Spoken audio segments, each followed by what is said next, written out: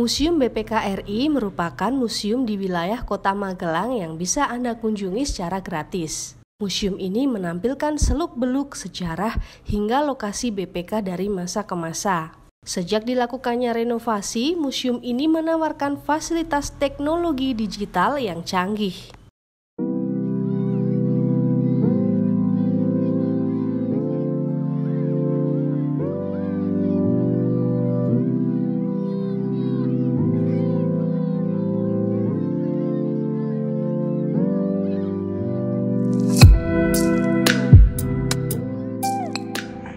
Nama saya Diki Dewaryanto, saya Kepala Museum BPK RI. Lokasi Museum BPK RI berada di Jalan Pangeran Diponegoro nomor 1 Kota Magelang. Jadi Museum BPK RI sebenarnya sudah cukup lama, sejak 4 Desember 1997. Ketika itu diresmikan oleh Ketua BPK JP Bapak JP Sumarlin. Pada perkembangannya pada tahun 2016 museum ini direnovasi, dipercantik, diperindah sehingga bisa menarik lebih banyak minat masyarakat untuk berkunjung ke Museum BPK. Nah, Museum BPK sendiri kenapa didirikan di Magelang? Karena memang Magelang adalah awal berdirinya BPK, tepatnya di tanggal 1 Januari 1947. Nah, pemilihan Kota Magelang karena menurut pimpinan BPK bahwa supaya kita generasi muda tidak melupakan sejarah, tidak melupakan awal berdirinya BPK di Kota Magelang. Tujuannya pendirian Museum BPK tentunya untuk lebih memperkenalkan BPK kepada masyarakat tentang segala seluk-beluk BPK, dari sejarah berdirinya, kemudian dari posisi tata kenegaraan di lembaga negara di Indonesia, juga supaya masyarakat lebih mengenal struktur organisasinya. Kemudian kita juga menginformasikan tentang ketua-ketua BPK dari masa ke masa, juga memperkenalkan BPK dari masa ke masa dari sisi lokasinya.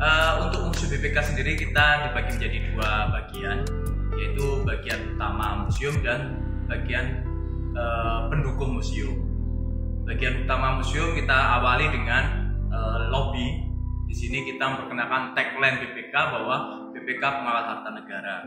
Nah, maksud dari tagline ini adalah untuk tugas BPK untuk mengawal harta negara supaya tidak dimanfaatkan atau dilarikan oleh pihak-pihak yang tidak bertanggung jawab. Dan di belakang saya juga di sini ada suatu spot exhibition kami yang baru, yaitu C20. Ini adalah perkumpulan BPK-BPK yang tergabung dalam G20, dalam 20 negara yang tergabung dalam G20 yang baru akan G20 akan bertemu di bulan November ini. Dan selanjutnya kita masuk ke ruang lobby 2. Di situ kita memperkenalkan ada masterpiece kita, yaitu lukisan batik yang dilukis di atas kain seluas 7 x 2,5 meter tanpa sambungan.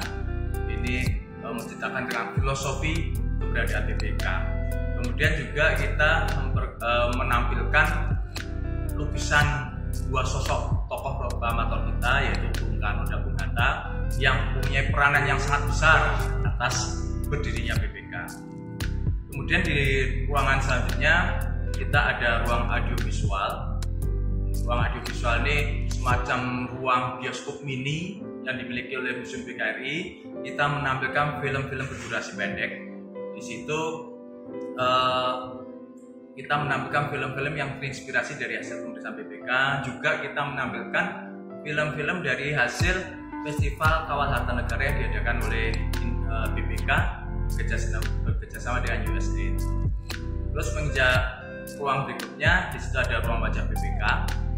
Di ruang wajah BPK ini kita menginformasikan tentang segala hal terkait BPK, baik itu dari ketatanegaraan BPK, kemudian nilai dasar BPK, kemudian struktur organisasi, dan segala hal terkait kelembagaan BPK. Kemudian beranjak ke ruangan berikutnya, yaitu ruang titik nol. ruang titik nol ini kita menampilkan BPK dari masa ke masa dari sisi lokasi. Seperti saya utarakan tadi, dari lahirnya BPK dari Kota Magelang, kemudian beranjak sampai dengan sekarang di Ibu Kota Negara di Jakarta. Selanjutnya kita masuk ke ruangan Sang Ketua. Di sini kita menampilkan, memperkenalkan ketua-ketua BPK dari awal berdirinya hingga saat ini. Ya, diawali dari periode awal kemerdekaan, kemudian periode demokrasi terpimpin, kemudian periode Orde Baru, periode reformasi, dan sampai dengan saat ini.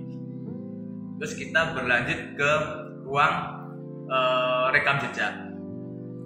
Ruang rekam jejak ini kita menampilkan berita-berita tentang kumpulan berita tentang temuan hasil BPK yang dipublish di koran. Juga kita menginformasikan partisipasi besar dari BPK di dunia internasional.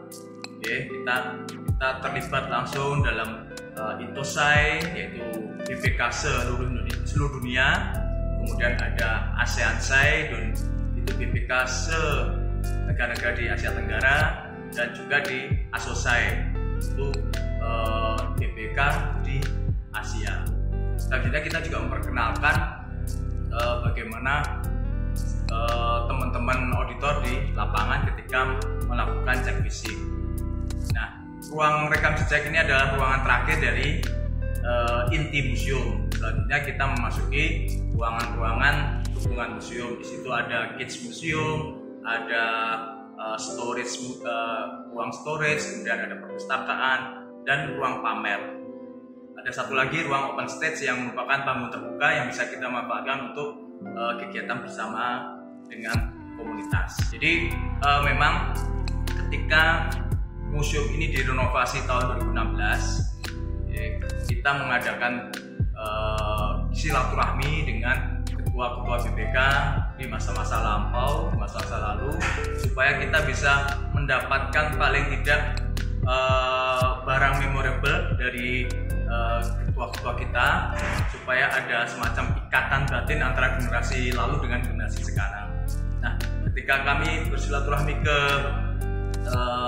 keluarga Bapak M. Yusuf, ketua BPK periode 83 sampai 93, beliau tahun 1994 mendapat penghargaan berupa mobil Volvo itu.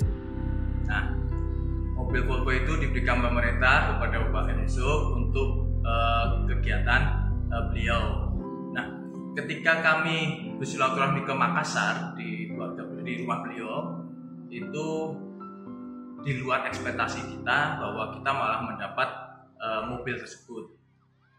Jadi ternyata mobil tersebut adalah sudah dipesankan oleh Bapak Yusuf bahwa ini adalah barang negara.